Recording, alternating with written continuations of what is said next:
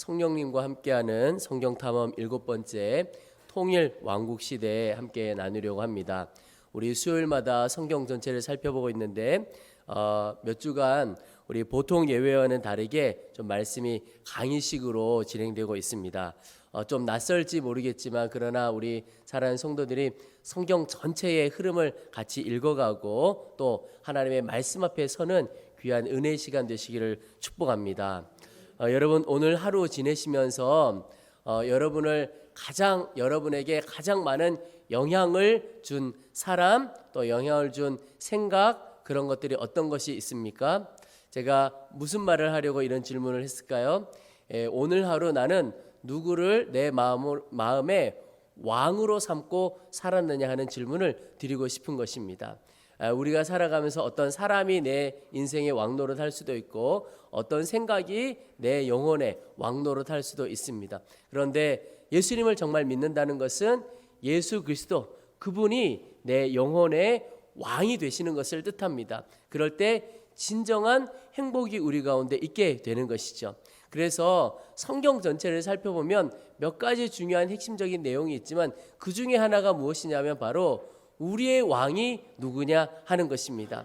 요 앞까지 살펴보았을 때 사사기 살펴볼 때 왕이 없으므로 자기 소견에 오른 대로 행하였더라. 그런데 왕이 없었던 것이 아니고 자기를 왕 삼고 살았다는 것을 뜻하는 말씀이시죠. 오늘 통일 왕국 시대 이제 이스라엘이 나라를 이루어가는 그 시대를 살펴보면서 똑같이 왕이 누구인가 하는 질문을 하게 될 텐데 오늘 말씀을 함께 좀 나누어 보기를 원합니다. 자, 나눠준 자료를 함께 보시면서 말씀들을 좀 나누어 보도록 하겠습니다. 여러분 성경 안에 이스라엘의 여러 사람들이 나오는데 좀 재미있는 것이 실제 이스라엘의 역사의 평가와 하나님의 평가, 성경 안에서 나오는 평가와 일반적인 세상의 평가가 좀 다른 것을 볼 수가 있습니다. 대표적인 사람이 우리 이스라엘이 북이스라엘 남유다로 나뉜 후에 북이스라엘에 여로보암 2세라고 하는 왕이 있습니다. 그런데 이 여로보암 2세라고 하는 왕은 마치 우리나라의 광개토 대왕하고 비슷한 위치를 차지합니다. 실제 역사적으로 보면 영토도 굉장히 많이 확장을 시키고 나라도 굉장히 국방도 안정시키고 경제적으로도 굉장히 발전을 시킨 사람입니다. 그러니까 다윗 왕이나 솔로몬 왕 때와 실제로 영토나 여러 가지를 비교해 보면 훨씬 더 여로보암 2세가 더 대단한 왕이라고 할 수가 있습니다. 그리고 다윗 왕 같은 경우에는 그 주변의 강대국들이 내적으로 어려움을 겪고 있었습니다. 그래서 이 이스라엘에 신경 쓰기가 별로 어려웠어요. 그 사이에 힘입어서 다윗 왕이 이스라엘을 왕국으로 잘 든든하게 세워가게 됐던 것이죠. 그런데 여로보암 2세는 자기 그 나라 자체의 힘으로 국가를 잘 이루어갔던 나라입니다. 그런데 역사적으로 보면 세상 역사적으로 보면 이 여로보암 2세가 훨씬 더 대단한 왕처럼 보입니다. 그런데 성경의 평가는 너무너무 다릅니다. 성경에 보면 여로보암 2세의 기록이 딱 8절 나옵니다. 정말 작게 나와요. 그런데 대표적인 사람 남유다의 히스기야 왕이라고 하는 사람은 아주 선한 왕으로 여러 장에 걸쳐서 성경에 기록되어 있는 것을 볼 수가 있습니다. 그 말은 성경에서 누가 좋은 왕이냐 누가 좋은 사람이냐라고 하는 것을 어떻게 평가하느냐 바로 하나님의 관점에서 판단하고 평가해야 한다는 것입니다. 그래서 오늘 살펴볼 이 통일왕국에 보면 사무엘이 나오고 사울, 다윗, 솔로몬 이런 사람들이 나옵니다. 그런데 그 이후에도 여러 왕들이 나오죠. 그런데 하나님께서 정말 대단하다, 하나님께서 좋은 평가를 내리시는 사람은 누구냐면 외모로 판단하지 않고 그 마음의 중심에 합한 자를 하나님이 보신다 그렇게 말씀하고 있는데 하나님의 다스리심을 받는 나라 하나님의 다스림을 받는 사람이 성공한 나라이고 성공한 사람이라고 하는 것입니다. 그래서 여러분 우리가 성도로서 세상을 살아갈 때 내가 괜찮은 사람이냐 하나님 앞에 어떤 사람이냐 하는 것을 평가할 때 세상의 가치관으로 평가하지 말고 또 우리가 다른 사람들을 향해서도 세상의 가치관으로 평가하지 말고 저 사람이 진짜 하나님의 다스리심 가운데 있느냐 그게 중요한 겁니다. 그러면 그 사람은 하나님의 나라에서 멋지게 영광스럽게 기록되는 사람인 것입니다. 자, 우리가 통일 왕국 시대는요, 성경적으로 보면 사무엘상, 사무엘하, 그리고 열왕기상의 앞부분에 걸쳐 있는 시대입니다. 자, 핵심 내용 이런 내용들입니다. 하나님의 마지못한 허락하에 주변 국가들처럼 이스라엘도 왕정 체제로 들어가지만 하나님의 마음에 합한 왕 다윗에 의해 국가가 번성하나 솔로몬의 우상 숭배로 분열의 위기를 맞는다. 이게 이 통일왕국, 이스라엘의 통일왕국 전체적인 이야기입니다. 여러분 보시면 이스라엘의 왕이 세워지기 전에 주변 나라에 먼저 왕들이 세워져 있었습니다. 그러니까 주변에는 왕이 있었고 이스라엘에는 아직 왕이 없었어요. 그래서 이스라엘도 우리에게 왕을 세워달라 이렇게 이야기를 하게 되는 것입니다.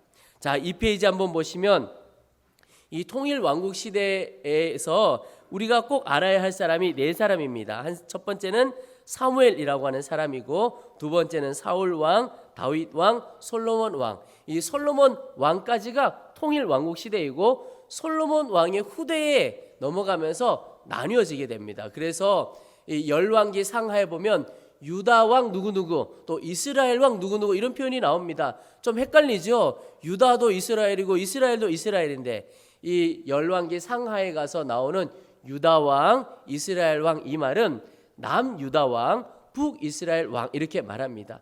이스라엘도 우리나라와 비슷하게 남북으로 이렇게 나뉘었습니다. 그래서 남유다, 북이스라엘 이렇게 표현을 하게 됩니다. 자, 그런데 사무엘이라고 하는 사람이 어떤 사람이냐? 마지막 사사, 그러니까 사사 시대가 끝나고 왕정 시대가 되거든요. 그래서 사무엘은 마지막 사사로서 왕정 시대를 연 선지자가 바로 사무엘입니다. 사무엘은 사사 시대의 두 사건, 우리 사사기를 살펴보면서 미가 사건, 레위의 첩 사건이 있었습니다. 미가라고 하는 미가 사건, 레위의 첩 사건, 이 엄청난 사건들이 있었죠. 그런데 사무엘이 살았던 시대가 바로 이 시대와 거의 동시대입니다. 근데 여러분 참 놀랍지요. 사무엘은 하나님 앞에 거룩하고 정결하게 쓰임 받았던 사람이고, 이 미가와 레위의 첩 사건을 비롯해서 이스라엘 백성들은 그 똑같은 시대를 사는데 자기 맘대로 살아가는 것입니다. 여러분, 우리도 그런 면에서 정말 깨어 있어야 하겠다 싶은 것입니다. 여러분, 저는 마음에 정말 소원이 이 시대에 하나님을 참 경험해 보고 싶은 마음이 있습니다. 왜냐하면요, 똑같은 시대를 살아가는데 어떤 사람은 하나님, 살아계신 하나님을 정말 경험하는 거예요. 치유하시고 고치시고 회복하시고 하나 되게 하시는 하나님을 경험하는 거예요. 그런데 어떤 사람은 똑같은 시대에 하나님을 믿고 살아가는데도 하나님은 그냥 먼 곳에 계신 하나님이시고 나는 내 인생인 겁니다. 하나님의 역사, 하나님의 권능 아무런 경험도 체험도 없이 살아가는 겁니다. 똑같은 시대를 살면서도 그럴 수 있어요. 여러분, 저는 오늘 함께하는 우리 모든 성도들이 이 시대에 정말 하나님의 살아계심을 정말 속속들이 경험하고 마음껏 경험하게 되기를 축복합니다. 사무엘이 그런 인생을 살았습니다. 그리고 사무엘은 정말 하나님을 사랑하고 백성을 사랑하던 사사였는데, 자, 사무엘의 인생에 몇 가지 중요한 사건들, 또 그 사건들을 통해서 우리에게 주시는 귀한 메시지들을 한번 살펴보겠습니다. 자, 먼저는 사무엘을 향한 하나님의 부르심입니다. 자, 우리 읽었지만 다시 한번 읽겠습니다. 사무엘상 3장 10절 시작. 여호와께서 임하여 서서 전과 같이 사무엘아 사무엘아 부르시는지라 주의 종이 듣겠나이다 하니. 여러분, 사무엘이 아주 어렸을 때 성전에서 살았습니다. 그런데 누군가가 자꾸 사무엘아 사무엘아 이렇게 부르는 것 같아서 엘리 제사장이 쫓아갔어요. 부르셨습니까? 그랬더니 엘리 제사장이 나 안 불렀다. 근데 자꾸 여러 번 반복하니까 엘리 제사장이 직감적으로 자신은 하나님의 음성을 들은 그런 경험들이 없지만 하나님께서 사무엘을 부르시는 것 같구나. 그래서 사무엘아 하나님이 부르시면 하나님 제가 여기 있습니다 이렇게 대답을 하거라. 그랬는데 실제로 그 이후에 하나님께서 사무엘을 부릅니다. 그리고 그때 사무엘이 대답을 하는데, 여러분 오늘 3장 10절 마지막 부분에 사무엘이 이르되 말씀하옵소서 주의 종이 듣겠나이다. 여러분, 사무엘의 사역의 출발, 사무엘의 인생의 시작이 무엇이냐면 말씀하옵소서 주의 종이 듣겠나이다. 이 고백이 그의 인생의 시작이고 그의 인생 전체를 관통하는 어떤 큰 한 가지 주제가 있다면 이겁니다. 사무엘은 늘 주님 말씀하시옵소서 종이 듣겠나이다. 여러분, 예수 그리스도를 믿는다는 것이 바로 이것입니다. 주님 말씀하옵소서 주의 종이 듣겠나이다. 이게 예수 믿는 자의 인생의 어떤 모토예요. 삶이어야 하는 겁니다. 근데 많은 경우는 주님 제가 왔습니다. 복 많이 주시고 그리고 제가 어떻게 살아가는지에 대해서는 주님 신경 쓰지 말아주세요. 복 주시면 제가 거기서 11조 많이 하고 하여튼 교회에서 뭐 열심히 하겠습니다. 그런데 제 인생에 대해서는 터치하지 말아주세요. 이런 경우가 많습니다. 그건 예수님을 진정으로 믿는 것이 아닙니다. 예수님을 정말 믿는다는 것은 사무엘이 오늘 이렇게 고백했던 것처럼 말씀하옵소서 주의 종이 듣겠나이다. 여러분, 성경에 보면 충성하라라는 말씀이 나오는데 충성도 사실은 성경에서 말하는 의미와 세상적인 충성이 조금 의미가 다릅니다. 세상적으로 충성이라는 건 어떤 것이에요? 그냥 어떤 열심히 한다 이런 느낌이 강하죠. 그런데 성경에서 말하는 충성은 그저 자기 열심을 가지고 살아가는 것을 말하는 것이 아니고 하나님의 음성을 듣고 그 하나님의 음성에 순종하여 살아가는 것이 성경에서 말하는 충성이라고 하는 것입니다.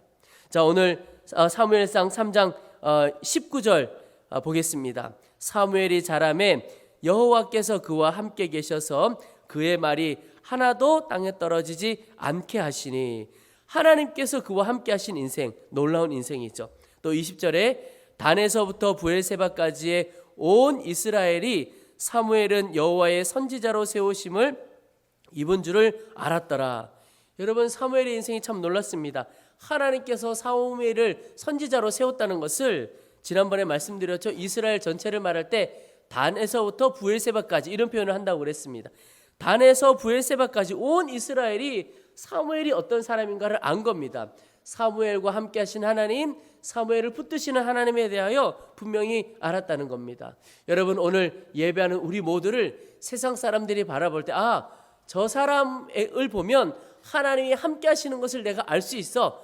그 고백이 우리를 바라보는 모든 이들에게서 나오기를 축복합니다. 사무엘의 첫 인생이 이렇게 시작된 것입니다. 또 하나 그에게 있어서 중요한 사건 하나가 이제 이스라엘 백성들이 사무엘에게 왕을 요청하는 것입니다. 사무엘상 8장 7절 같이 읽겠습니다. 여호와께서 사무엘에게 이르시되 백성이 내게 한 말을 다 들으라. 이는 그들이 너를 버림이 아니요 나를 버려 자기들의 왕이 되지 못하게 하려 함이니라. 여러분, 이 부분이 무슨 부분이냐면 이스라엘 백성들이 사무엘에게 찾아옵니다. 그리고는 우리 주변 국가에는 다 왕이 있는데 우리만 왕이 없습니다. 그래서 우리에게도 왕을 세워주십시오. 이렇게 이야기를 합니다. 그때 사무엘이 너희에게 왕 세울 필요가 없다 이런 이야기를 막 합니다. 그때 하나님께서 사무엘에게 하신 말씀이 그들이 너를 버리는 것이 아니고 나를 버리는 것이고 그리고 자기들의 왕이 되지 못하게 하려 함이라. 여러분, 이스라엘 백성들이 왕 세워달라고 했는데 이게 하나님 입장에서 보면 말이 안 되는 것이 이스라엘에게 지금 왕이 있을까요? 없을까요? 사람인 왕은 없지만 하나님 입장에서 볼 때는 너희의 왕이 누구냐? 내가 지금 너희의 왕 아니냐? 그런데 왜 왕을 찾느냐? 그래서 나를 버려 자기들의 왕이 되지 못하게 하려 한다는 거예요. 이스라엘이 왕 찾는 것이 바로 이런 뜻입니다. 이 사무엘상 8장 19절에도 이스라엘 백성들이 우리도 우리 왕이 있어야 하겠다 이렇게 이야기를 합니다. 근데 이 이야기 중간에 사무엘이 이스라엘 백성들을 설득을 합니다. 무슨 설득을 하냐면 너희가 주변 나라들처럼 왕을 세우기를 원하느냐? 그 왕이 어떤 사람인 줄 아느냐? 왕이 너희의 자녀들을 강제로 데려갈 것이고 그러니까 군인으로 강제 징집해 가는 거예요. 세금을 거두어 갈 것이고 하여튼 너희들 힘들게 할 것이다. 그런데도 너희가 왕이 필요하냐? 그런데도 필요하다는 거예요. 근데 여러분, 우리 번역된 성경으로 보면 그 뜻이 잘 구별되어 있지 않는데 사실 히브리어로 보면요 굉장히 이스라엘 백성들에게서 이게 이해가 되는 것이 히브리 말로 왕을 뭐라고 하냐면 멜렉이라고 합니다. 멜렉, 아비멜렉 이런 거 들어보셨죠? 이게 멜렉이 왕이라는 뜻입니다. 근데 이 당시에 사람을 인신공양하고 하는 이방 신이 있었습니다. 그 신의 이름이 뭐냐면 몰렉입니다. 몰렉. 그런데 히브리 말은 자음만 있고 모음이 없습니다. 그래서 멜렉이라는 것과 몰렉이라는 게 글자로 쓰면 똑같아요. 그런데 지금 사무엘이 무슨 말 하냐면 너희가 지금 멜렉 왕을 찾느냐? 그런데 너희가 찾는 그 멜렉이 사실은 너희에게 몰렉이 될 것이다. 너희를 힘들게 하고 고통스럽게 하는 몰렉이 될 것이다. 그런데도 너희가 이 멜렉 왕을 찾느냐 하는 거예요. 그 히브리 말로 들으면 이스라엘 백성들에게 확 다가오게 되는 겁니다. 그런데 이스라엘 백성들이 얼마나 완악한지 그럼에도 우리가 왕이 있어야 되겠다. 여러분, 우리에게 왕이 누굽니까? 하나님, 그분이 우리의 왕입니다. 그러니까 우리가 더 이상 왕을 찾아 헤매고 구할 필요가 없습니다. 그 말은 우리가 의지하고 우리를 지켜줄 누군가를 찾고 찾아다닐 헤맬 이유가 없다는 거예요. 이미 우리에게는 왕 되신 주님이 있다는 겁니다. 그래서 돈이나 명예나 권력이나 이런 걸 왕 삼지 않고 오직 예수님 그분만을 왕 삼고 살아가야 한다는 것이죠.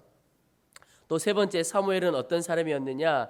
하나님과 백성을 사랑한 선지자였습니다. 사무엘상 12장 20절 같이 한번 읽겠습니다. 사무엘이 백성에게 이르되 두려워하지 말라. 너희가 과연 이 모든 악을 행하였으나 여호와를 따르는 데에서 돌아서지 말고 오직 너희의 마음을 다하여 여호와를 섬기라.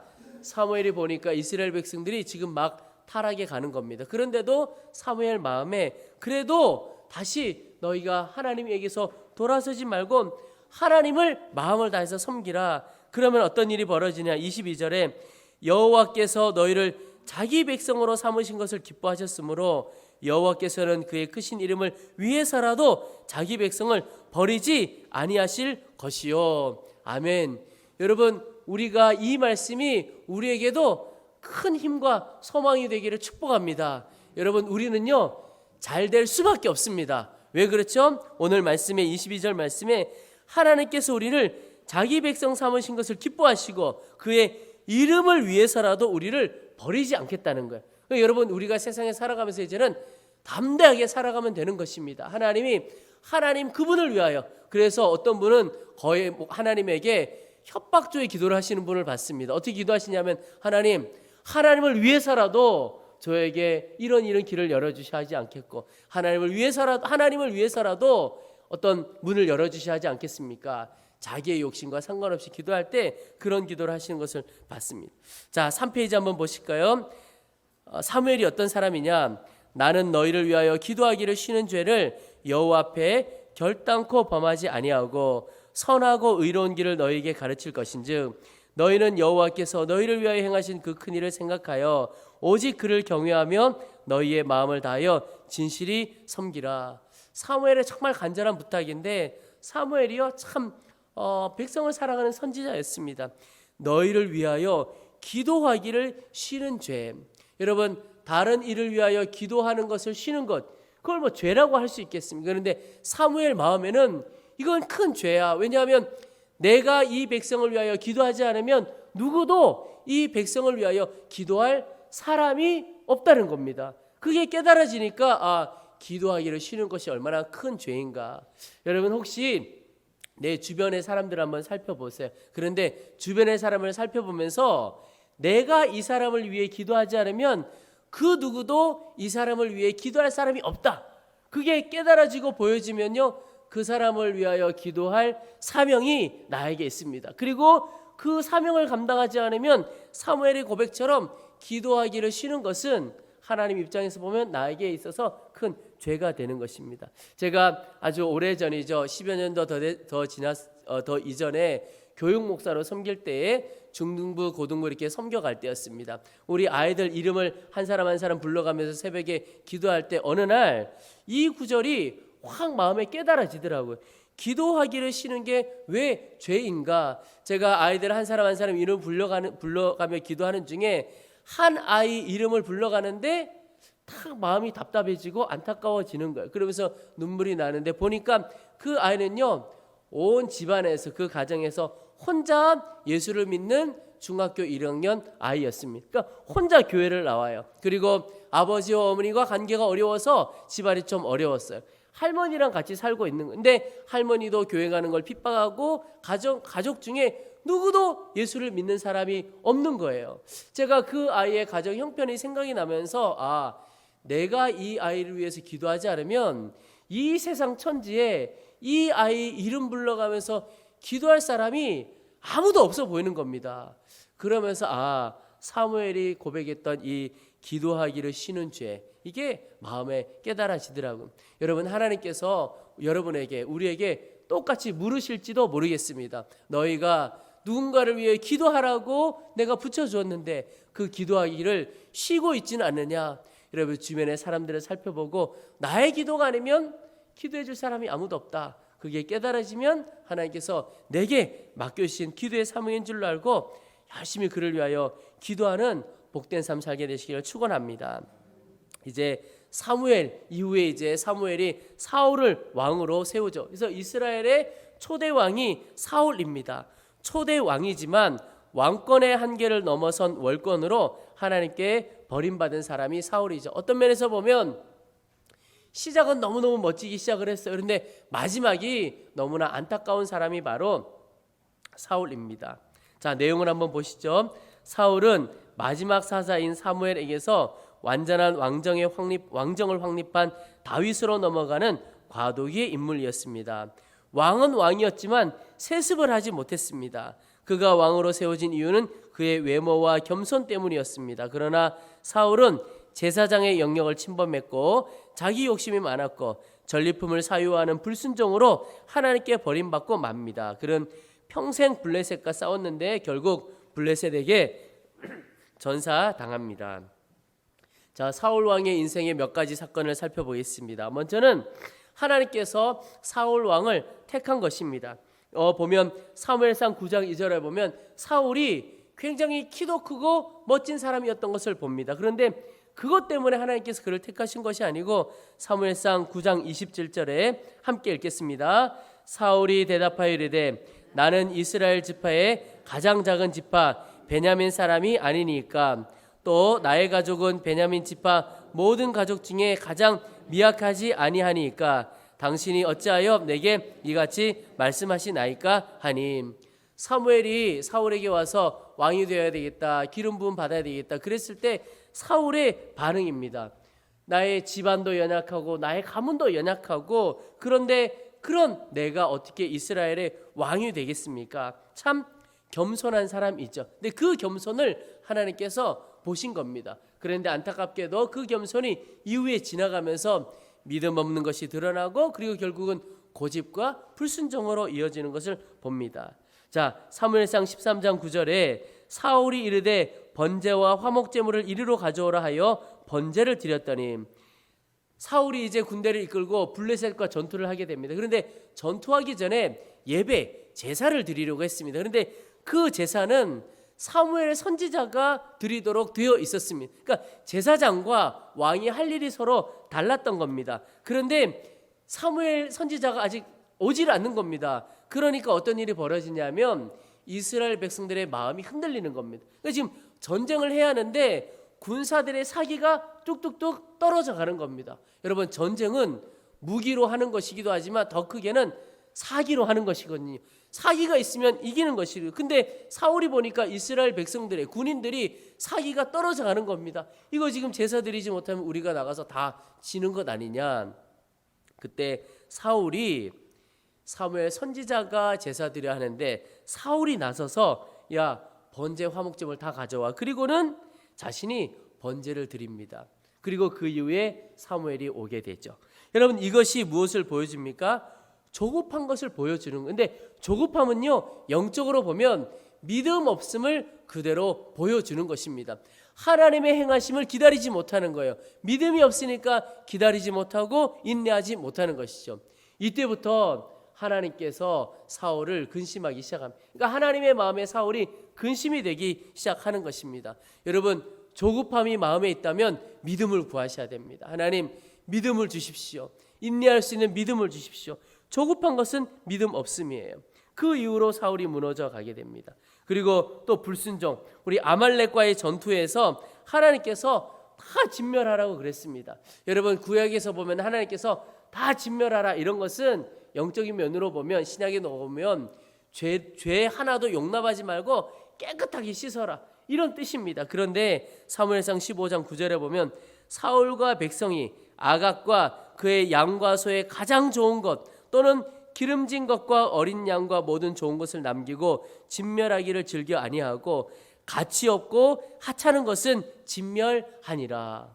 여러분 이 한 구절 속에 사울의 인간적인 마음, 욕심이 그대로 드러나는 겁니다. 여러분 이것도 좀 남기고 저것도 좀 남긴 것이 아니라 보기에 가장 좋은 것은 남기고 하찮은 것은 진멸한 거예요. 하나님은 다 진멸하라고 그랬거든요. 여러분 하나님께서 말씀하시면 일단 눈 감고 순종해야 됩니다. 그 말은 눈을 뜨고 바라보기 시작하면 계산이 되어지는 거예요. 여러분 계산되어지기 시작하면 진멸하고 내려놓기가 엄청 어렵다는 것 아시죠? 그래서 하나님의 말씀이 오면 이런 훈련을 해야 됩니다. 내가 계산하지 않고 일단 아멘하는 훈련을 해야 됩니다. 계산하다 보면 아멘하기 너무 어려워요. 예수님을 처음 믿고 살아가는 이제 자라고 난 이후에 예수님을 믿고 살아가는 중에는 계산이 되어질 때 그 계산이 되어지는 중에도 내려놓는 큰 훈련이 필요하죠. 근데 저는 어릴 때부터 하나님의 말씀이면 일단 아멘하는 훈련. 이게 부모님과 자녀 사이에 이루어지는 일입니다. 부모님이 말씀하시면 자녀들이 일단 아멘하는 훈련이 영적으로는 하나님 앞에서 아멘하는 훈련과 똑같은 것입니다. 이게 되어지지 않으면 계산하기 시작하고 계산하다 보면 이렇게 사울처럼 너무 좋아 보이는 거예요. 아까워 보이는 거예요. 그래서 나중에 핑계가 뭐냐면 좋은 거 모아다가 하나님 드리려고 그랬습니다. 이런 말도 안 되는 이야기를 하게 되는 것이죠. 그러는 결국 하나님께서 사울을 버리시게 됩니다. 사무엘상 15장 11절에 내가 사울을 왕으로 세운 것을 후회하노니, 여러분 하나님도 후회하시는 일이 있습니다. 그가 돌이켜서 나를 따르지 아니하며 내 명령을 행하지 아니하였음이니라. 하나님께서 사울을 왕 삼은 것 후회한 것은 딱 한 가지 이유입니다. 하나님을 따르지 않고 자기 뜻대로 행하며 살아간 겁니다. 여러분 우리에게 있어서 하나님의 역사가 임하느냐 하나님의 역사가 임하지 않느냐도 딱 요거 한 가지입니다. 하나님의 뜻을 따라가면 처음에는 어렵고 힘들어 보여도 하나님의 역사가 있고 아무리 풍성해 보이고 괜찮아 보여도 하나님을 떠나면 결국은 무너지게 되는 것입니다. 오늘 마지막 부분에 살펴보겠지만 솔로몬도 똑같은 전철을 밟아요. 처음에는 너무너무 귀하게 썼어요. 근데 마지막에는 무너져가는 것을 봅니다. 자, 다윗 왕을 살펴보겠습니다. 다윗 왕 정말 하나님 앞에 큰 칭찬을 받았던 사람인데 하나님의 마음에 합한 왕이라고 했습니다. 여러분 다윗 왕의 인생을 살펴보면 여러 가지 공적도 많고 공로도 많고 또 실수도 엄청난 실수, 참 기가 막힌 실수도 있었던 사람인데 다윗 왕의 인생 사건 하나마다 하나님 주시는 메시지가 참 귀하고 놀랍습니다. 그런데 몇 가지만 살펴보도록 하겠습니다. 먼저는 중심을 보시는 하나님입니다. 사무엘상 16장 7절 여호와께서 사무엘에게 이르시되 그의 용모와 키를 보지 말라. 내가 이미 그를 버렸노라. 내가 보는 것은 사람과 같지 아니하니. 함께 읽겠습니다. 사람은 외모를 보거니와 나 여호와는 중심을 보느니라 하시더라. 아멘. 여러분 우리의 마음이 너무 중요합니다. 사무엘이 이새의 집에 가서 이새의 자녀들 중에 왕으로 세울 사람을 찾습니다. 그런데 사무엘이 보니까 다윗을 빼고 다른 형제들 보니까 이 사람은 이 사람대로 마음에 들고 저 사람은 저 사람대로 마음에 들고 괜찮아 보이는 겁니다. 그런데 하나님께서 사무엘에게 말씀하신 것이 사람은 외모를 보거니와 나 여호와는 중심을 보느니라.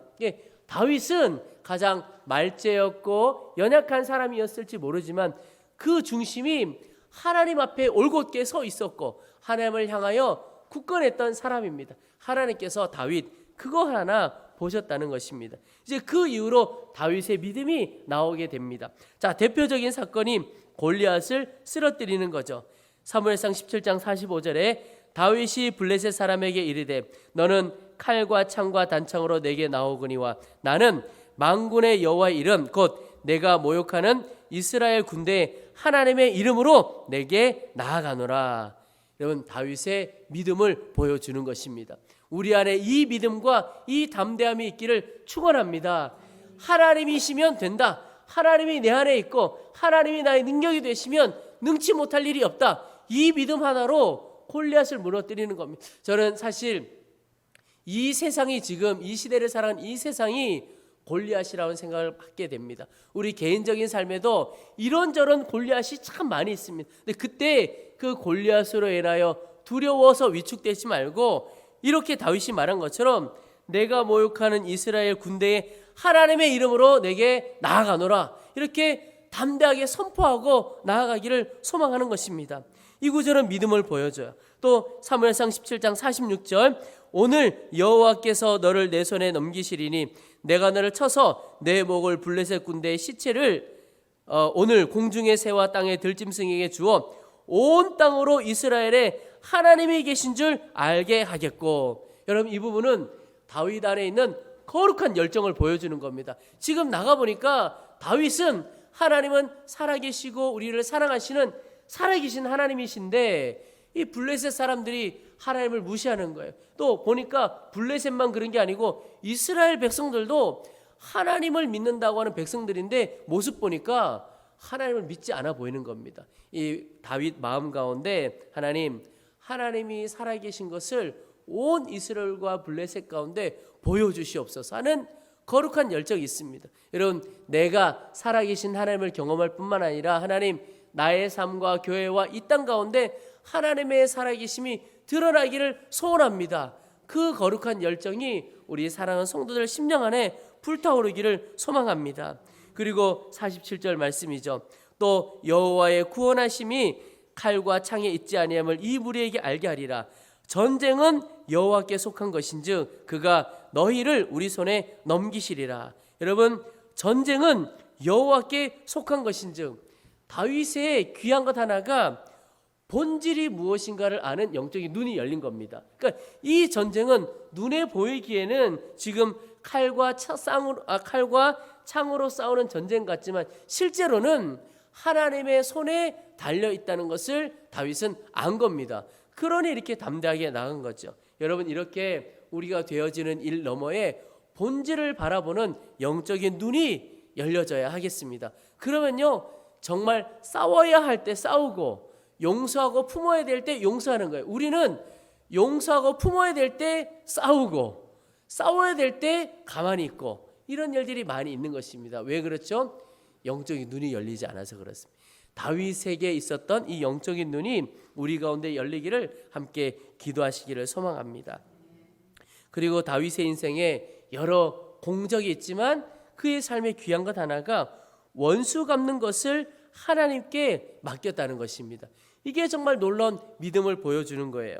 사무엘상 24장 6절에 자기 사람들에게 이르되 내가 손을 들어 여호와의 기름 부음을 받은 내 주를 치는 것은 여호와께서 금하시는 것이니 그는 여호와의 기름 부음을 받은 자가 됨이니라 하고.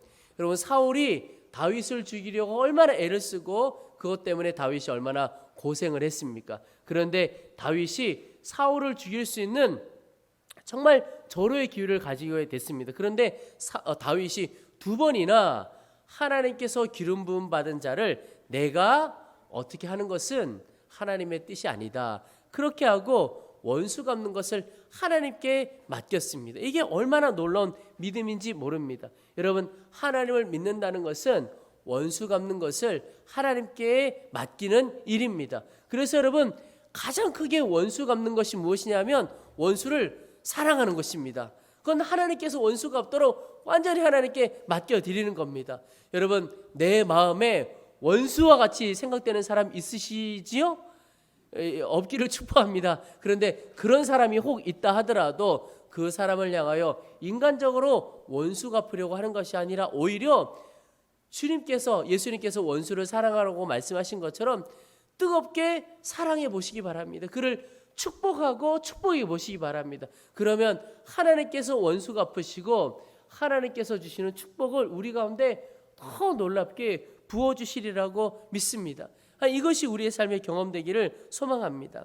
그리고 또 하나 다윗의 위대함 늘 하나님께 물었던 것입니다. 사무엘상 30장 8절에 다윗이 여호와께 묻자와 이르되, 다윗이 어려움을 겪었을 때 하나님 이 전쟁을 해야 합니까 말아야 합니까? 그가 판단하지 않고 하나님께 물었습니다. 그래서 하나님께서 가라 하시면 달려가서 싸우고 이겼어요. 가라 하지 마시면, 가지 말라고 하시면 가지 않은 겁니다. 여러분, 하나님께 묻고 사는 삶, 이게 복된 삶입니다. 사무엘하 7장에 보면 다윗의 기도가 나오는데요, 그 다윗의 기도 마지막 부분에 나오면 이렇게 나옵니다.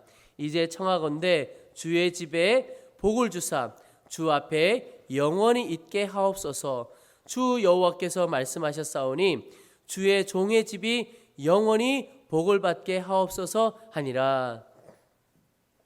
여러분, 다윗처럼 우리가 날마다 이렇게 기도했으면 좋겠습니다. 그런데 이 기도 안에 하나님께서 다윗에게 깨닫게 하신 것이 있어요. 다윗은 무엇을 알았느냐? 복의 근원이 하나님께 있다는 것을 알았습니다. 그러니까 다윗이 복을 다른 데 가서 구할 게 아니라 복은 하나님께서 주셔야 복 받는 것이다. 그걸 안 겁니다. 그리고 또 하나는 주 앞에 영원히 있게 하옵소서. 복 중에 복이 주 앞에 있는 것이 복이라는 겁니다. 내가 재물을 많이 가지고 권세를 많이 가지고 있는 것이 복이 아니고 주 앞에 거하는 것이 내게 있어서 가장 복이라는 것을 다윗의 그 거친 인생에서 안 것입니다. 그리고 주 여호와께서 말씀하셨사오니, 이 말은 하나님의 약속이 내 삶에 이루어지기를 원한 겁니다. 여러분, 하나님께서 우리를 사랑하신다고 말씀하셨고, 우리를 회복하시겠다고 말씀하셨고, 우리를 쓰시겠다고 말씀하셨고, 주님께서 우리를 새롭게 하시겠다고 말씀하셨죠. 우리 이제 기도할 때 주님, 주 여호와께서 말씀하셨사오니 내 삶에 이루어지기를 소원합니다. 그렇게 기도할 때 하나님께서 응답해 주십니다. 반면에 다윗의 인생에 좀 안타깝고 슬픈 일도 있습니다. 이 죄 지은 것도 있지만 자녀들의 문제와 압살롬 아들의 반역이 있습니다. 사무엘하 13장에 보면 다윗의 자녀들입니다. 그런데 배다른 자녀들이 있는데 암논이라고 하는 아들이 다말이라고 하는 딸을 억지로 통침하는 일이 일어납니다. 그것 때문에 형제들 간에 아주 어려움을 겪습니다. 이 자녀들에게 있어서는 어려움을 갖습니다. 그리고 사무엘의 15장에 보면 아들이었던 압살롬, 이 압살롬이 또 멋진 사람입니다. 우리 다윗 왕 이전에 사울이라고 하는 사람이 키도 크고 장대하고 멋있었다고 그랬잖아요. 그런데 압살롬이 또 그랬습니다. 머리도 너무너무 머릿결도 멋지고 키도 크고, 저하고 비슷하지는 좀 않은 것 같지만 하여튼 그런 사람이 압살롬이었습니다. 아들. 그런데 그 아들이 세상에 아버지를 반역을 한 겁니다. 그런데 아버지에게로 향하는 백성들의 마음을 이 압살롬이 훔쳤다고 그랬어요. 참 나쁜 아들이죠. 그런데 그 아들보다 더 중요하게 보아야 할 것이, 사울이 다윗을 죽이려고 했을 때 다윗은 사울을 하나님께서 기름 부어 세운 자이기 때문에 내 손으로 어떻게 하지 않겠다고 그랬습니다. 그런데 압살롬이 반역하여 아버지의 왕궁으로 쳐들어왔을 때에도 똑같이 다윗이 울면서 맨발로 그 왕궁을 도망쳐 나갔다고 그랬습니다. 함께 가던 자들이 다 울면서 그렇게 갔다고 했습니다. 여러분, 아들이 그렇게 오면 아마 마음에 온갖 분노가 일어나서 싸우고 욕을 했을 것 같아요. 그런데 나중에 이 반역이 정리가 됩니다. 그리고 압살롬이 죽게 되는데, 그때 다윗이 내 아들 압살롬아, 내 아들 압살롬 하면서 슬피 웁니다. 그것 보고 요압이라고 하는 장군이, 아니 우리가 이 압살롬의 반역을 진압하려고 얼마나 수고하고 피를 흘렸는데 지금 압살롬 죽은 것 때문에 그렇게 슬퍼하시면 어떻게 합니까? 이런 일까지 일어납니다. 그런데 다윗을 보면요, 그의 인생에 여러 가지 위대한 일들이 많지만 정말 위대한 것이 바로 이것입니다. 하나님께서 세운 자에 대하여 자기가 어떻게 하려고 하지 않고, 그것이 비록 자식의 반역일지라도 하나님께 완전히 맡겨드린 겁니다. 그래서 사도행전 13장에 보면 다윗을 향하여 가장 최고의 칭찬이죠. 내가 이새의 아들 다윗을 만나니 내 마음에 맞는 사람이라, 내 뜻을 다 이루리라. 개역 성경에 보면 이것을 내 마음에 합한 사람이라. 근데 그것을 이제 개역 개정에서는 내 마음에 맞는 사람이라. 여러분, 우리 모두가 하나님의 마음에 맞는 성도들 되시기를 축복합니다. 근데 다윗의 인생, 하나님의 마음에 합한 것 딱 두 가지로 볼 수가 있습니다. 하나는 하나님 앞에 늘 하나님과 동행하는 삶을 살았습니다. 늘 주님을 기뻐하고 주님을 예배했던 거예요. 그것이 하나님의 마음에 합했던 것. 또 하나는 다윗은 어떠한 상황에서도 하나님의 뜻대로 살려고 애썼던 사람입니다. 말씀드린 것처럼 사울이나 압살롬을 향하여도 자기 뜻대로 행하지 않고 하나님의 뜻대로 행하려고 무던히도 애쓰고 애썼던 사람입니다. 그것을 하나님께서 보시고 기뻐하신 것이죠. 여러분, 이 시대에 하나님께서 다윗과 같은 사람을 찾는다고 믿습니다. 우리 오늘 함께하는 모든 교회 성도, 함께하는 교회 우리 성도들, 오늘 예배하는 우리 모두가 다윗처럼 하나님의 마음에 합한 사람 되시기를 축복합니다. 그리고 오늘 통일 왕국 시대 마지막으로 나오는 사람이죠. 솔로몬 왕입니다. 솔로몬은 전제 군주제를 확립하고, 그러니까 왕권이 아주 강화시켰던 사람입니다.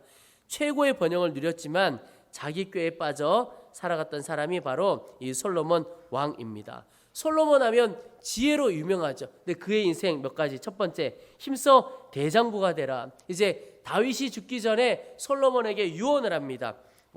열왕기상 2장 2절에 내가 이제 세상 모든 사람이 가는 길로 가게 되었노니 너는 힘써 대장부가 되고, 또 내 하나님 여호와의 명령을 지켜 그 길로 행하여 그 법률과 계명과 율례와 증거를 모세 율법에 기록된 대로 지키라. 그리하면 내가 무엇을 하든지 어디로 가든지 형통할지라.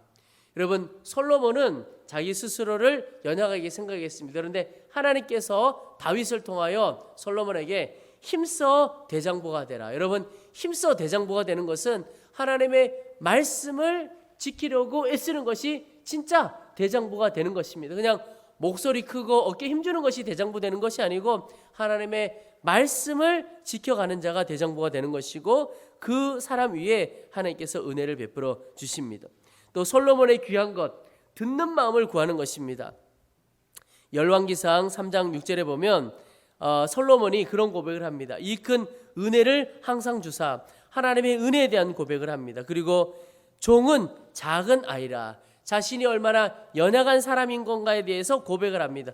그리고는 하나님 앞에 구하기를 누가 주의 이 많은 백성을 재판할 수 있사오리까? 듣는 마음을 종에게 주사 주의 백성을 재판하여 선악을 분별하게 하옵소서. 여러분, 여기 듣는 마음이라고 표현해 놓았는데 개역 성경에는요 지혜로운 마음이라고 표현해 놓았습니다. 근데 히브리 성경은 듣는 마음이라고 하는 게 더 가까워요. 연합해서 보면 지혜로운 마음이 뭐냐? 하나님의 말씀을 듣는 마음이 진짜 지혜로운 것이라는 거예요. 하나님의 말씀으로부터 지혜가 나오기 때문에 그렇습니다. 그래서 하나님께서 솔로몬이 이것을 구하며 그 말씀이 주의 마음에 든지라. 여러분, 우리가 기도를 해도 하나님의 마음에 드는 기도를 해야 된다는 거예요. 그래서 3장 28절에 온 이스라엘이 왕이 심리하여 판결함을 듣고 왕을 두려워하였으니 이는 하나님의 지혜가 그의 속에 있어 판결함을 봄이더라.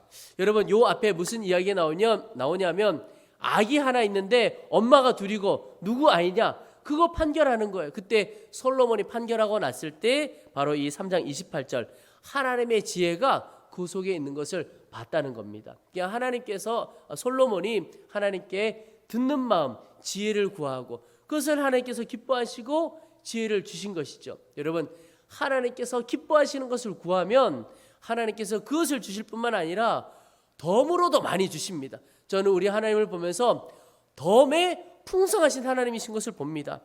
여러분, 열왕기상 3장 13절에 하나님께서 지혜를 주신 다음에 내가 구하지 아니한 부귀와 영광도 내게 주노니. 이게 얼마나 놀라운 일입니까? 부귀와 영광 구했으면 하나님이 혹 그거 주셨어도 지혜는 없을 건데 지혜를 구하니까 덤으로 여러 가지가 같이 온 겁니다. 또 4장에도 하나님이 솔로몬에게 지혜와 총명을 심히 많이 주시고 또 넓은 마음을 주시되 바닷가에 모래같이 하시니. 그래서 솔로몬 시대에 이 이스라엘의 왕권이 완전히 확립되고 국가가 든든히 서가게 됩니다. 그런데 안타까운 일이 벌어집니다. 여러분, 조심해야 할 것이 내가 부유하게 되고 안정을 찾게 될 때, 그때가 사실은 오히려 위기일 수가 있습니다. 솔로몬이 부유하게 되고 지혜도 있고 여러 가지 힘을 가지게 됐을 때 점점점 무너지는 길로 갑니다. 그게 어떤 일이냐면 이방 여인들을 맞이하게 됩니다. 열왕기상 11장에 보면 솔로몬 왕이 바로의 딸 외에 이방의 많은 여인을 사랑하였으니 곧 모압과 암몬과 에돔과 시돈과 헷 여인이라. 여호와께서 일찍이 이 여러 백성에 대하여 이스라엘 자손에게 말씀하시기를 너희는 그들과 서로 통혼하지 말며 그들도 너희와 서로 통혼하게 하지 말라. 그들이 반드시 너희의 마음을 돌려 그들의 신들을 따르게 하리라 하셨으나 솔로몬이 그들을 사랑하였더라. 왕은 후궁이 700명이요 첩이 300명이라. 그의 여인들이 왕의 마음을 돌아서게 하였더라. 여러분, 하나님께서 이방 여인들과 통혼, 결혼하지 말게 하신 이유가 하나님에게서부터 돌아서기 때문에 그렇습니다.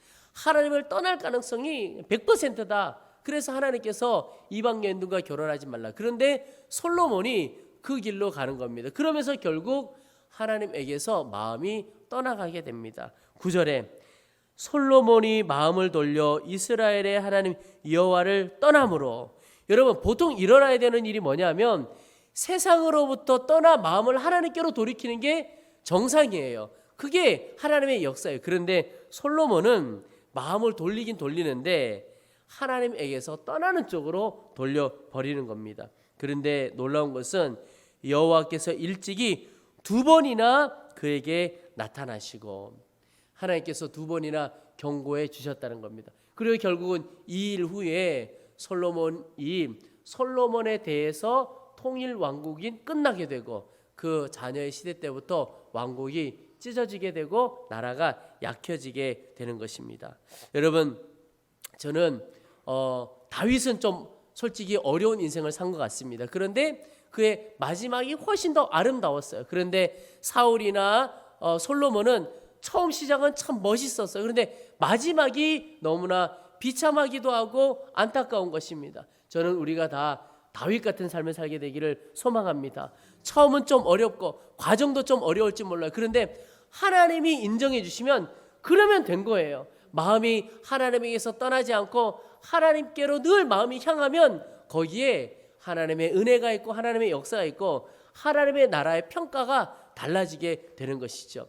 여러분, 오늘 우리가 통일 왕국 시대의 사무엘부터 솔로몬까지 살펴보면서 정말 마음에 품어야 할 것이 있다면 하나님의 말씀을 사모하고 하나님의 말씀대로 행하는 삶, 그리고 내 마음에 오직 주님이 충만하게 임하고 오직 예수님만이 왕으로 내 가운데 자정하시고 섬기며 살아가기를 결단하게 되기를 축복합니다. 그래서 하나님을 드러내는 귀한 인생 되기를 소망합니다. 우리 찬양하고 기도하도록 하겠습니다. 우리 주님과 함께하는 이 고요한 시간 찬양하겠습니다. 주님을 더 사랑하고 주님을 더 알기 원하고 주님만을 왕으로 섬겨가기를 소원하는 마음으로 함께 찬양하고 오늘 말씀을 붙들고 함께 기도하는 시간을 갖겠습니다.